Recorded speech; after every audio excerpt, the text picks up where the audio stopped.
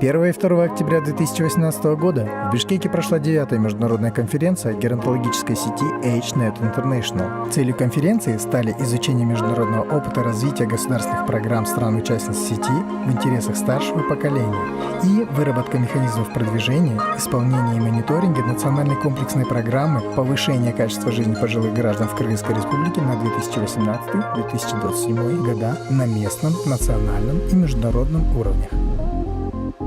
Задачами конференции являются обмен лучшими практиками в сфере продвижения и реализации национальных стратегических программ, направленных на повышение качества жизни пожилых граждан в странах-участниц сети,